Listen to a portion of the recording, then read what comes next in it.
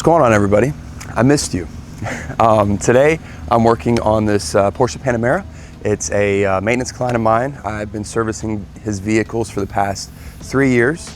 The last time I saw this particular car was about 29 days ago. And I'm just going to show you how I do a regular maintenance detail on the exterior only today. My maintenance details do include both the interior and exterior. You're not going to see the interior today. I'm just trying to keep the video as short as possible. There's not a whole lot to it. It is, I could tell it's been sitting a while. They do travel a lot because they are retired, but there's a lot of dust and fur on the hood. I'm not sure where the fur came from. It's like dog hair or something. But yeah, I touched pretty much every square inch of the vehicle. It is not a full detail, so you know, I want to make sure I take care of the main things. Like I want to add a little bit of protection to it. I want to get the bug guts off the front, clean the wheels and tires. But when it comes to maintenance details, the wheels and tires are kind of the main concern because they get very dirty very fast, very easily. So I have to put most of my elbow grease in to the shoes on this thing. But other than that, yeah, I guess let's go ahead and get into it. All right, so I get started with the wheels and tires first because they are the dirtiest. And before I move on to the body, it's pretty straightforward today. I'm using, you know, my wheel bucket with a basic wheel and tire cleaner. I just need one product for the entire job. It's Wise Guy by Shine Supply. It's a pretty good wheel and tire cleaner. Just gonna go ahead and get started here. I quickly spritz the fender liner. These are carpeted fender liners, and I do that because I want to break up any dirt that's embedded in the fibers. Quickly rinse them off. Then just apply to the sidewalls. Start breaking up all that crap. And then wheel barrel, then the rim, and the face of the wheel.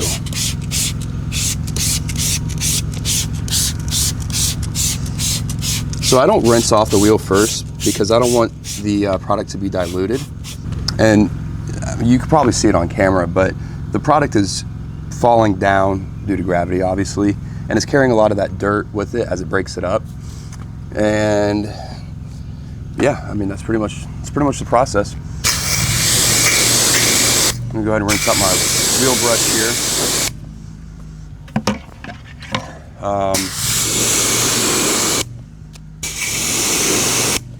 So I have a basic microfiber wheel mitt right here by Car Supply's Warehouse.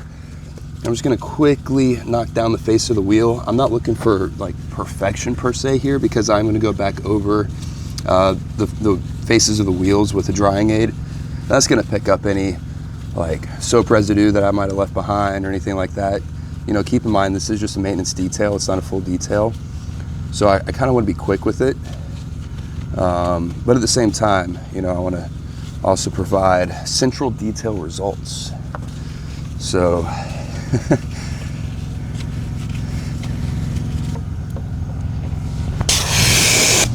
I'm just gonna get my soft bristle boar's hair brush and get in the lug nuts here.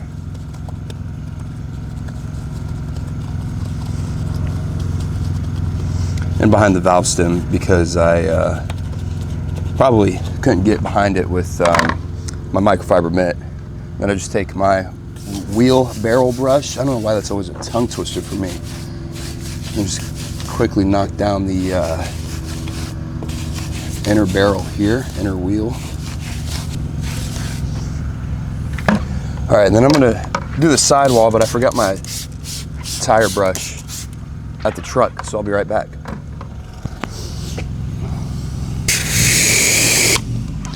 So before I move on to the other wheel over there, the front wheel, I do rinse out all my tools, as you saw me do. This is gonna help, you know, reduce marring and scratching on the wheel, but it's pretty inevitable because it's brake dust. Brake dust are trillions and billions and quadrillions of little pieces of jagged metal. That's what brake dust is. So yeah, just give this thing a quick rinse.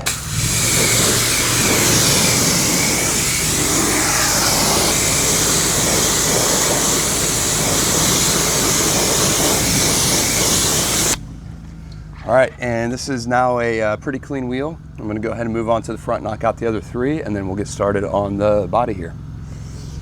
All right, so all the wheels are done, and now I'm about to start on the body of the vehicle.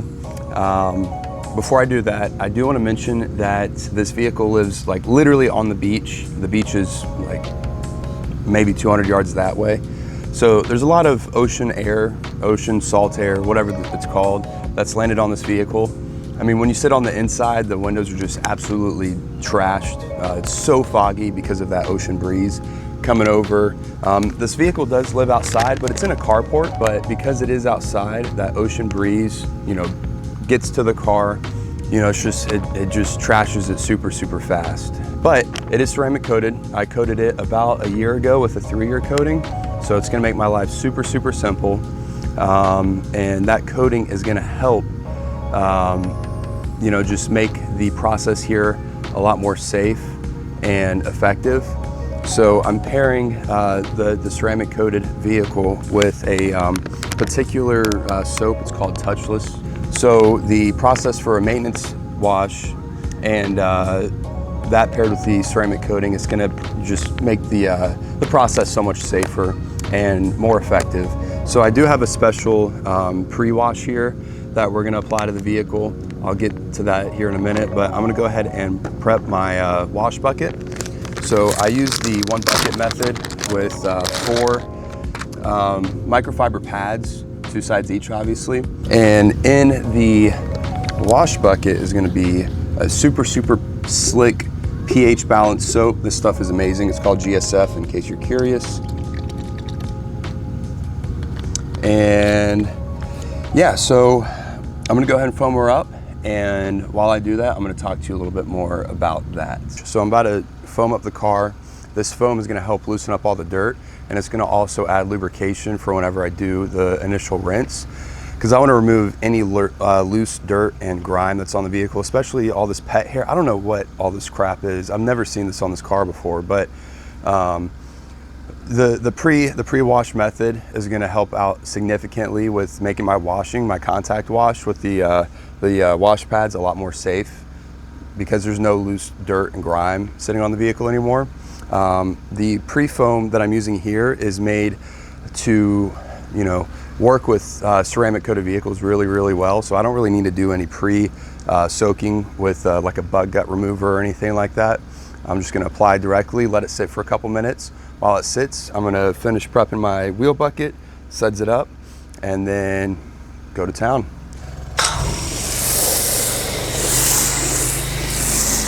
Just gonna move pretty quick here.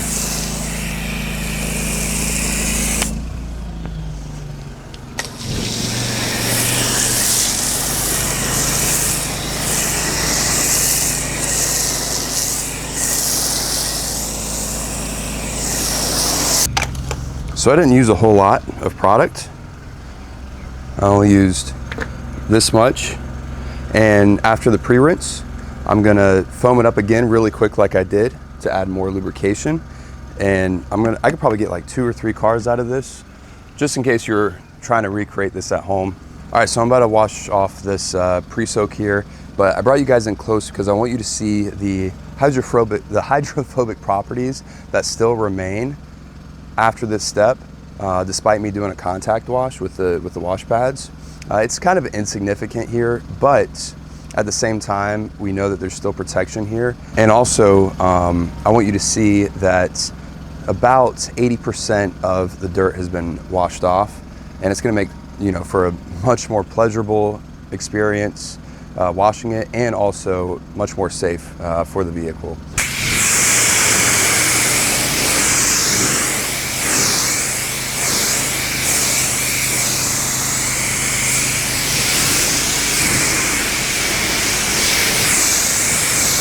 Yeah, so this car, I don't know if you can see it here, but the beading action is insane on this.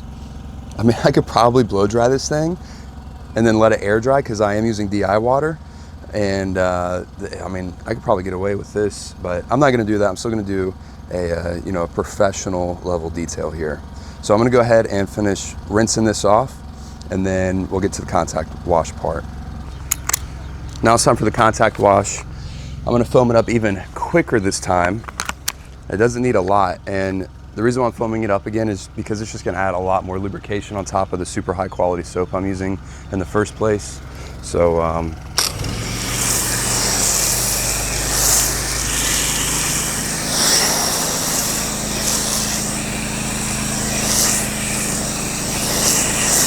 right, let's go ahead and get some suds in this bucket, activate this soap.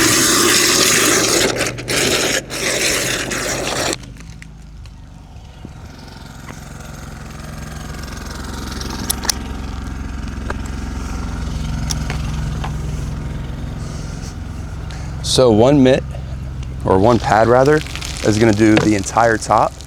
So I split the top in half long ways, and like the passenger side gets one half of the pad, and then the driver's side gets the other half.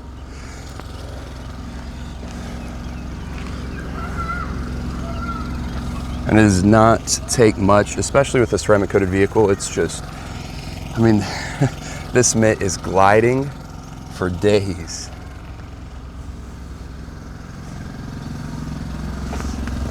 All right, and to minimize my amount of times that I'm walking from one side to the car, from the car to the other, and having those inefficiencies, I'm just gonna flip my mitt over to the other side and just plop it on the windshield over there and stay on this side with another wash mitt, and then do this side of the car. So for this side, I will do the front half on one side of the mitt, working from the top to the bottom, and then I'll flip my mitt. I keep saying mitt, it's a wash pad.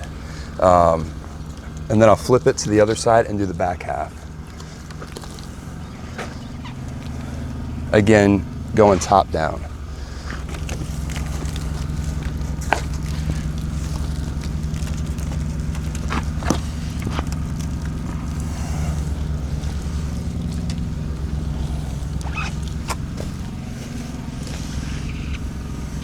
And I'm not using any downward pressure into the panel, just because I don't want to risk picking up a piece of dirt that wasn't washed off and then really, scratching the paint up with it.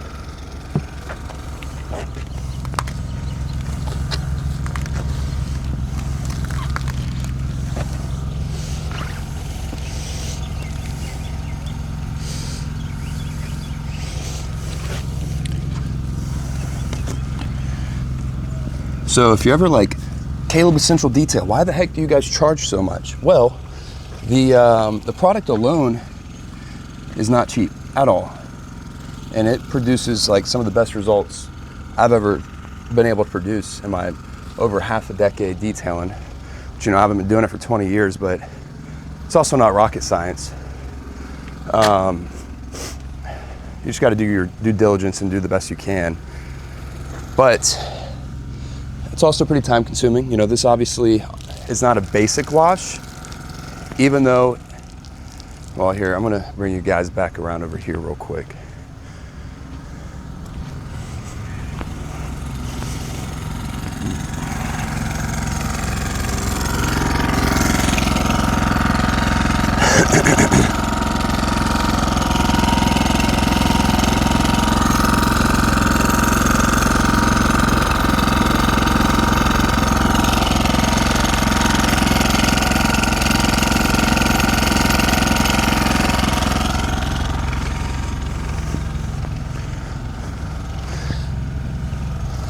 So even though this is just a basic maintenance wash, it's time consuming. I spent about, 35 minutes on the exterior for a sedan like this.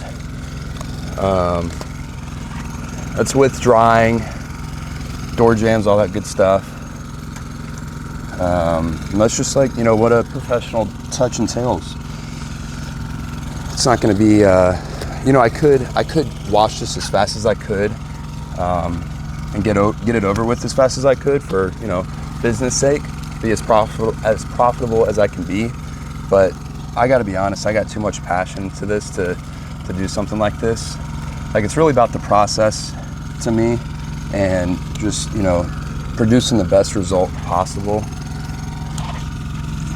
And within producing the best result possible includes doing it safe, because you want an end result that did not end in scratches. Now, I don't want to be misleading here, but anytime you do a contact wash on a vehicle, for the most part, it is going to mar the paint. You could really mitigate the amount of marring you do easily with a little bit of due diligence, but you know, it's still gonna happen. It is what it is.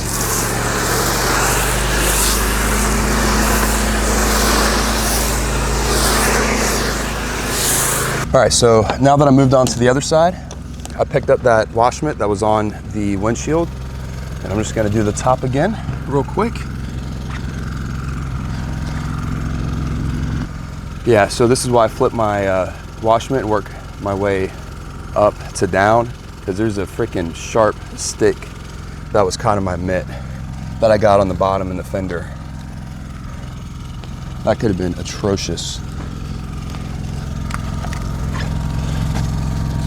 But thankfully I'm freaking awesome and that didn't happen. Also, I get to call myself awesome because I've been doing this for so long out in this heat. You don't get to call yourself awesome if you've only been doing this for a year or two and you haven't been out in this heat. All right, so this entire car used maybe less than half of, oh yeah, it used about a third of this foam cannon here. I could easily get the other SUV that I have coming later today after this car. Yeah, this stuff is awesome. Unfortunately, the other vehicle is not ceramic coated, and I do have to do a little bit more scrubbing, but it's all in the pre-treat, baby. It's all in the pre-treat. So I'm gonna go ahead and do a thorough final rinse on this and then get into the drying process.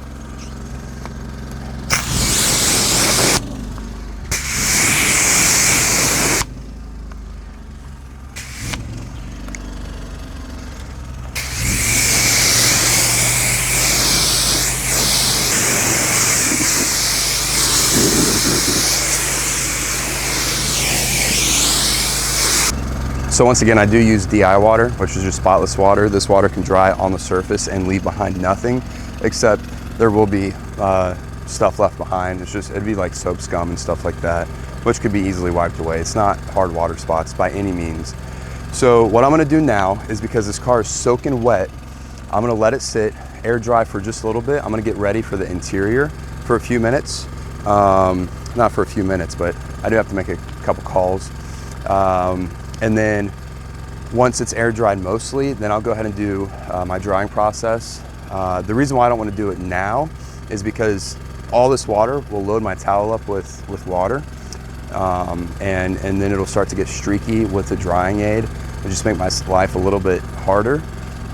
Again, I'm just trying to create efficiencies for myself, so while this is drying, I could be spending my time doing other stuff, whether it's making a phone call or filling up spray bottles with product, all that good stuff. I think that's about it. All right, I'll see you guys in a few minutes. So I'm gonna show you what it looks like when the water dries. Not that there's any significance to this when the detail's done, but just to kind of give you guys a visual of what it looks like. So we do still have some water. Let me get you exposed here. We do still have some water on the panel, but no water spots. So this is what I was kind of talking about when I was saying I want to let the car air dry a little bit. There's not a whole lot of water left on this hood. I mean, there's still a good bit, but it is the last panel that I'm drying, except for the front bumper here.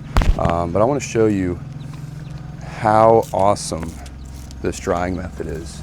Slightly missed that. I don't know why I'm going so slow, but I am. It's probably because I'm on camera. I'm nervous, but lightly missed that drying aid, and it's just boom. I have no idea why I made that sound effect, but that's what it feels like to me in my brain. So I guess that's why I made that sound effect. But yeah, this stuff is so amazing. I mean, you really cannot beat drying a car that's ceramic coated. Sure, your car might be PPF, but if that PPF doesn't have a coating on it, there's no comparison. It's just so pleasurable, so pleasurable. Lastly, but not leastly, tire dressing. So this car still, this tire still has tire dressing residue still on it, which usually would bother me, but in the case of a maintenance detail, there's really not a whole lot I can do about it. So I'm using Obsessed Garage's tire dressing. It's like one of the only 3 products he carries in his store that I use, but it's amazing stuff. So just I'm gonna squirt some here in my foam applicator. I love this thing, by the way. It's a Suds Lab applicator from Walmart. They last forever. Super cheap too, it's like $5 for this thing. Anyway, I'm gonna go ahead and lightly apply the dressing, spread it out, and then I'm gonna just work it in. And when this stuff dries, it dries very nice. It's a kind of like a satin, maybe eggshell finish. But you do have to make sure the sidewall is dry here before you apply this stuff, otherwise it gets streaky and it doesn't behave like it should, and I gotta, you know, kind of go back over it and make my life a little bit more difficult. So I make sure that the wheel and tire is dry before I apply this stuff. Make sure I get in this lip here of the tire. And yeah, this should last us until next month. All right, ladies and gentlemen, so there we have it, the exterior maintenance detail on this Porsche. You know, it's still along the lines of a full detail, but really it's not, because it gets serviced monthly.